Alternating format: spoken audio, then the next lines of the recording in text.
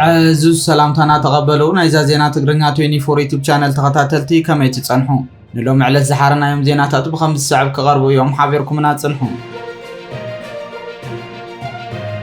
تن عالم أبعاب سقاط زودغان أما خلا مبرق تراي زي فلت نايت فاتا سر زودغان كينات أمريكان إيران تتبيت زي تقبرون هندبتاون دبلوماسيا وسقومتي لوم ليتي فتي محادير الله بريزيدنت أمريكا دونالد ترامب كدم سايه لوم ليتي يتحدرن ندحريت كمل سايه زمن أمن نايت هاجر قريب ويمس زبل إيران بسمز باكستان عشما قالينات نايكل تسامون مقراس توخسن خجبرن أتمت قاعد نخل تسامون كنا وحن كم تسمع مع تقليت الله بريزيدنت دونالد ترامب أما حبراو مراخب قصاتو أبزو صو مجلس خمس بلو أبلع إيران زعلم كينات نخل تسامون دواب بليو الله كبل يقليت زلو نايت هندبتاو مقراس توخسي كان دمخني أدما لعلو السبب سلطان باكستان ذكايرو عوتنا إليتي شمقلنا مخانو تقليت الله ترامب أما مجلسيو خمسي بل مس قداماي مينستر باكستان شباز شريفن مس فيلد مارشال آسيم منيرن بزغبركو عوت ركب كمون لو مشت ناب إيران كل أخذ نبرا عنا وحيل نخقتا بزغرب لي حتى مسرت إيران هون وشمتهم وز بغلطف بوحسنات كتكفتو بمسمع معان أبلع لإيران زغبرونا ينتاقو متقعتن دبدابات النخل تسومنا ناوي حي اللخو كبل بمقلات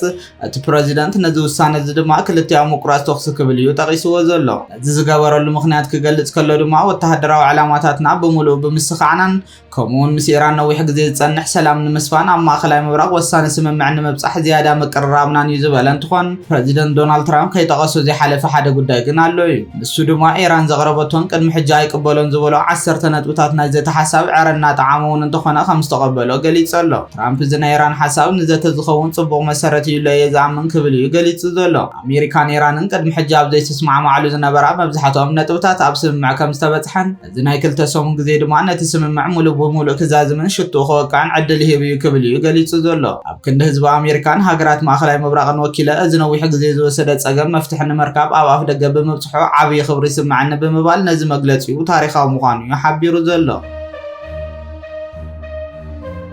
زكام ديلون كله إيران بوجنا تاريخها عاود بمبالية حاجوس عقليت عزلا دحرتنا ترامب مقراس تخص عواج لعلو بيت مخرجات إيران بمهر زينا وكيل عبيلو أو زوجة مجلسي باكستان عشما قال الناس ترخبنا كل تسومن مقراس تخص زرقة قد أنتخون تبيت مخرج إذا اسم مع بحدش لعلو مرح إيران آيات له مجتمع خامين خمسة صدقان زدمان إيران عاود مخانويا ويجزلو كتصالنا إذا لا قسم معزة دماء بإسلام آباد باكستان ككائن مخانوني قليتسو تبيت مخرج أو زوجة مجلسي إيران نبذت التاتو أبلع الأمريكا زلوا عمنت ملو بملو تشرشيرون ويفريسو كم زلون بمسمار تزاتا نخل تسومن زتا مدبا خوينو بسم معكلت يوم وقنات قن كنا وحكم زخالي قليت سزلو وسيخوون أملا تهاجر بعالات عوات بعابد مقاد كقتصلو التحساسي وي إيران أم مقلتيا أمريكانتهم 10 تنتوتات بزي قد مخونت مغبالا تزكايل زتا كفالنا يتابعو دوكينات زترخبا وصيتو يلا بمقلات قد محجي أجزاتا زبالة ترامب حجي تقديدو قد مخونتات تقبلو كزاتا 5 تسمع مع إيران قليت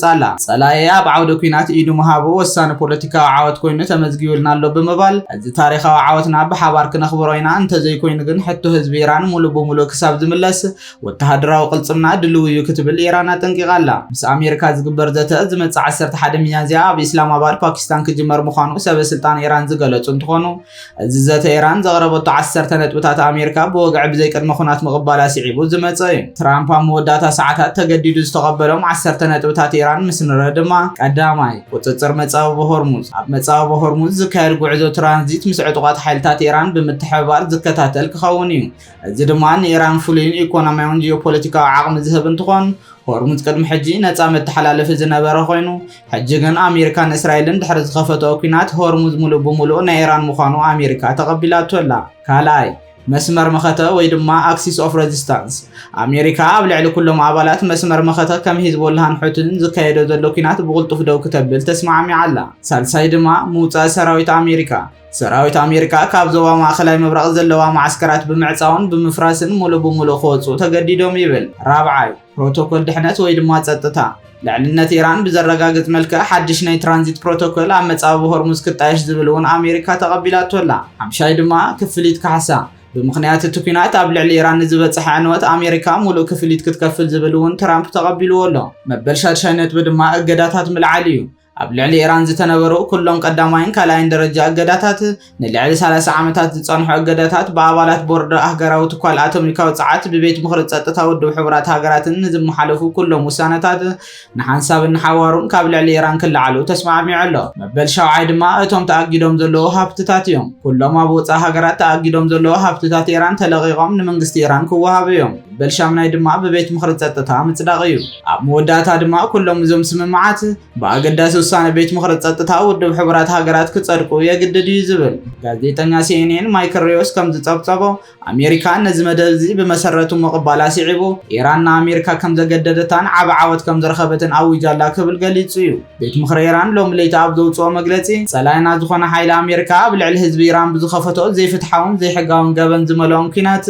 መወዳደርቲ ዘይብሉ ታሪኻውን ዘሕፍርን ስዕረት ኣብፂሕናሉ ኣለና ዝደለናዮ ኩሉ ድማ ብዓወት ክቕበል ኣገዲድናዮ ኣለና ክብሉ ገሊጾም እዮም። ሚኒስተር ጉዳያት ወጻኢ ኢራን አባስ አራግቺ ብወገኑ ኣብ ዝሃቦ ወግዓዊ መግለጺ ቀዳማይ ሚኒስተር ፓኪስታን ሸሪፍን ፊልድ ማርሻል ሙኒርን ነቲ ዞባዊ ውግነ ምዕራፍ ንዝገበርዎ ጻዕሪ ብምምስጋን አራግቺ ንውሳነ ትራምፕ ክትንትን ከሎ ድማ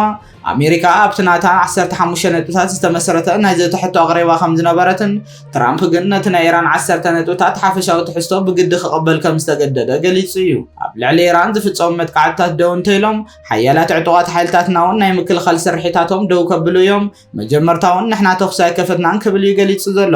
አራግቺ ኣብቲ ናይ ለይቲ መግለጺኡ ንሕና ተኹሲ ኣይከፈትናን ክሳብ ሕጂ ዓርስና ክንከላኸል ኢና ጸኒሕና ኩናት ደው ክብል እዩ ድሌትና ደው እንተቢሎም ደው ክነብል ኢና ግን ድማ ስቕኢልካ ኣይኮነን ነቶም 10 ነጥብታትና ክቕበሉ ነጊርናዮም ነርና ኢና ፈትዮም ዘይኮነ ዝተገዲዶም ሎም ለይቲ ስለ ዝተቐበልዎ እቲ ኩናት ነዝሕሎ ኣለና ክብል እዩ ገሊጹ። ኢራን ኣቐዲማ ክተቕርቦም ጸንሐት 10 ነጥብታት ብኣሜሪካ ተቐባልነት ምርካቦም ሲዒቡ ተንተንቲ ከም ዝሕብርዎ ትራምፕ ካልእ ኣማራፂ ኣይነበሮን ናይ ሎም ለይቲ ኩነታት ነቲ ኣገዳሲ ውሳነ ካብ ኢራን ተቐቢሉ ሕራይ ንኽብል ገይርዎ እዩ ክብሉ እዮም ዝገልጹ። ፕሬዚደንት ዶናልድ ትራምፕ ነቲ ምቁራጽ ተኽሲ ከም ናይ ገዛ ርእሱ ናይ ዓወት ስጉምቲ ገይሩ እኳ እንተቕረቦ ፖለቲካውያን ተንተንቲ ግን እቲ ሓቂ ካብ ዝተፈለየ ምዃኑን ገሊጾም እዮም። ዝከም ዲሉን ከሎ እቲ ኣብቲ ኩናት ቀጥታዊ ተሳታፊት ዝኾነት እስራኤል እንታይ ትብለላ ዝብል ጉዳይ ንብዙሓት ኣገዳሲ ዜና ኮይኑ ይዝርከብ። ኣሜሪካ ቅድሚ ሕጂ ኣብ ማዕዲ ዘተከርዮም ኣይደለን ዝበለቶም ቅድመ ኩነታት ዕረና ጣዕማ ተቐቢላ ኩናት ምቁራጽ ኣብ ዝወሰነትሉ ለይቲ እስራኤል ንምዃኑ እንታይ ኢላ እቲ ስምምዕ ክግበር ከሎ እቲ ዓብ ሕቶ ዝነበረ ናይ እስራኤል ምላሽ እንታይ ክኸውን እዩ ዝብል እዩ። ናይ CNN ትንታነ መደብርን ናይ እስራኤል ብሄራዊ መደበር ዜናን ካንን ንሰበስልጣን ዋይት ሃውስ ብምጥቃስ ከም ዝሓበሮ እስራኤል እውን በቲ ምቁራጽ ተኽሲ ተስማዕሚዓላ ዝብል እዩ። ፕሬዚደንት ዶናልድ ትራምፕ ናብዚ ውሳነ ቅድሚ መብጽሑ ንእስራኤል ነዚ ውሳነ ከቕበሎ ምዃኑን ንዓርሱ ካብቲ ኩናት ከውፅእ ምዃኑን ንሃገራት ዓረብ እውን ሓቢሩ ምዃነን ገሊጸን ዘለዋ። ሓደ ናይ ዋይት ሃውስ ምንጪ ንቻናል 12 እስራኤል ከም ዘረጋገጾ እቲ ምቁራጽ ተኽሲ ተግባራዊ ዝኸውን ኢራን ንመጻወቢ ሆርሙዝ ክፉት ምስ ትገብር እንትኾን ይኹን እምበር ክሳብ ሕጂ ኣብ ትካላት ምክልኻል እስራኤል ናይ ምቁራጽ ተኽሲ ትእዛዝ ኣይተመሓላለፈን ዘሎ። ከምኡውን ብወገን ሰበስልጣን ኣሜሪካ ንእስራኤል ዝተመሓላለፈ ወግዓዊ መረጋገፂ ኣይተዋሃበን ዘሎ። ኣብ ኣማን ዮርዳኖስ ንአልጀዚራ ጸብጻብ ዘመሓላልፍ ጋዜጠኛ ሮብ ኣብ ዘውፅኦ መግለጺ ብዛዕባ ናይ እስራኤል ናይ ሓቂ መርገጺ ሕጂ ዓብ ጥርጣረ ከም ዘሎ ይገሊጹ። ኣሜሪካውያን እስራኤል ተስማዕሚዓ እያ ይበሉ ዳ እምበር እስራኤል ግን ንዝሓለፉ ሰሙናትን ኣዋርሕን ዘተ ክትቃወም ከም ዝጸንሐት እቲ ጋዜጠኛ ብምዝኽኻር ብፍላይ እስራኤል ንትራምፕ ካብ ዘተ ኣውፅያ ናብ ኩናት ንኽኣቱ ኣብ ምግባር ዓብ ተራ ከም ዝነበራ የመነሉ እዩ። ኣብ ዝቐረባ መዓልታት እውን ከይተረፈ ቀዳማይ ሚኒስተር እስራኤል ቤንያሚን ኔታንያሁ ንትራምፕ ነቲ ዝጠፍአ ኣሜሪካዊ ፓይለት ስለ ዘምለስኩሞ እንኳዕ ደስ በለኩም ንምባል ኣብ ዝደወለሉ ግዜ ምስ ኢራን ናብ ምቁራጽ ተኽሲ ክኣቱ ከም ዘይብሉን ገና ዘይተወደአ ስራሕ ከም ዘሎን ጸቕጢ ክገብር ከም ዝጸንሐ ተገሊጹ እዩ። እስራኤል ኣብ ልዕሊ መሰረተ ልምዓት ኢራን ድልድላትን መስመር ባቡርን ክትፍጽሞ ዝጸንሐት መጥቃዕቲ እውን ናይ ዝውጥን እዩ ተባሂሉ እዩ ዝግመት። ስለዚ ዓለም ንቐጻሊ ስጉምቲ እስራኤል ብሃንቀውታን ብስጋትን እያ ትጽበ ዘላ። ኣብ መወዳእታ ፕሬዚደንት ኣሜሪካ ዶናልድ ትራምፕ ኣብ ስምምዕ ምቁራጽ ተኽሲ ከም ዝተበጽሐን ንቅድመ ኩነት ኢራን ብወግዕ ከም ዝተቐበለን ድሕሪ ምግላጹ እውን እንተኾነ ድምፂ ተኹሲ ኣጽዋር ገና ይረጋን ዘሎ። እቲ ስምምዕ ምቁራጽ ተኽሲ ተበፂሒ ተባሂሉ ድሕሪ ምእዋጅ እውን ኣብ እስራኤል ናይ ህጹጽዋን መጠንቀቕታ መለኸት ሳይረን ደጋጊሙ ይጭድር እዩ ዘሎ። ኣብ ብዙሓት ሃገራት ወሽመጥ ማእኸላይ ምብራቕ እውን ካብ ኢራን ብዙሓት ሚሳይላትን ድሮናትን ተወንጭፎም እዮም። ኩዌትን ሕቡራት ኤሚሬት ዓረብን ሎሚ ንግሆ ኣብ ዘውፅኦ መግለጺ ናብ ግዛተን ዝኣቱ ዘሎ ብዙሓት ድሮናትን ሚሳይላትን ኣብ ኣየር ንምፍሻልን ንምብርዓንን ዓብ ርብርብ እናገበራ ከም ዝሓደራ ገሊጸን ኣለዋ። ሰበስልጣን ኣቡዳቢ ከም ዝገለጽዎ በቲ መጥቃዕቲ ምኽንያት ኣብቲ ኣዝዩ ወሳኒ ዝኾነ ትካል መስርሕ ጋዝ ሃብሻን ብርቱዕ ባርዕ ሓዊ ከም ዝተኸሰተን ሰራሕተኛታት ህፁፅ ረድኤት ነዚ ሓዊ ንምጥፋእ ርብርብ እናገበሩ ከም ዝርከቡ እውን እዮም ገሊጾም። እታ ካልእ ሃገር እቲ ዞባ ዝኾነት ቀጠር እውን ብተመሳሳሊ ሚኒስትር ምክልኻል እታ ሃገር ሎሚ ንግሆ ኣብ ዘውፅኦ ወግዓዊ መግለፂ ናብ ክልል ኣየር እታ ሃገር ካብ ኢራን ዝተተኮሱ ብዙሓት ሚሳኤላትን ድሮናትን ንምክልኻል እናተፈተነ ከም ዝሓደረ ገሊጹ እዩ። እታ ካልእ ድማ ባህሬን እያ። ሚኒስትር ውሽጣዊ ጉዳያት ባህሬን ኣብ መላእ እታ ሃገር ናይ ህፁፅ እዋን መጠንቀቕታ መለኸት ሳይረን ይጭድር ከም ዘሎ ብምርግጋጽ